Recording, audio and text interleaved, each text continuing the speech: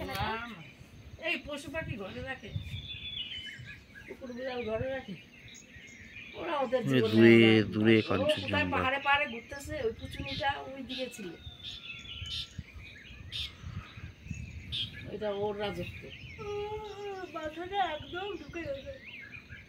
হ্যাঁ হ্যাঁ, ওই যে দূরে একদম কাঞ্চনজঙ্ঘা সাদা বরফে।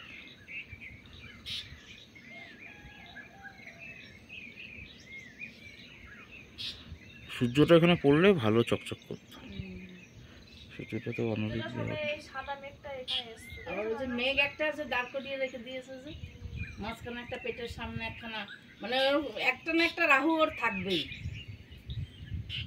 খুব ক্লিয়ারলি, মানে কমই দেখা যায়।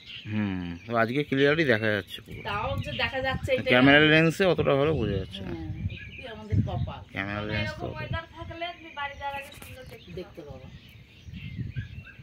আগের বারের মতোই দেখতে পাবো।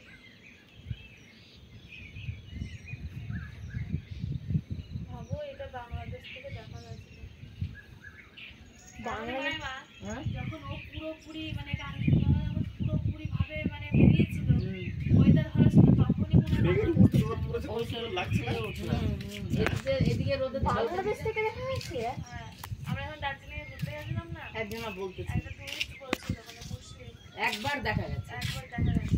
কি কি ওই যে কাঞ্চনজঙ্ঘা বাংলাদেশ থেকে বাংলাদেশ তো এখানে কাছাকাছি।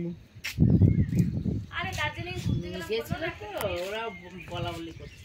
মানে এখানে তো কাছাকাছি বাংলাদেশের বর্ডার আছে। ওই যে দূরে একদম সাদা মেঘের মতো কাঞ্চনজঙ্ঘা পাহাড়টা। সুন্দর লাগছে। হ্যাঁ হ্যাঁ, ওই নিচে নিচে মনে হয় একটা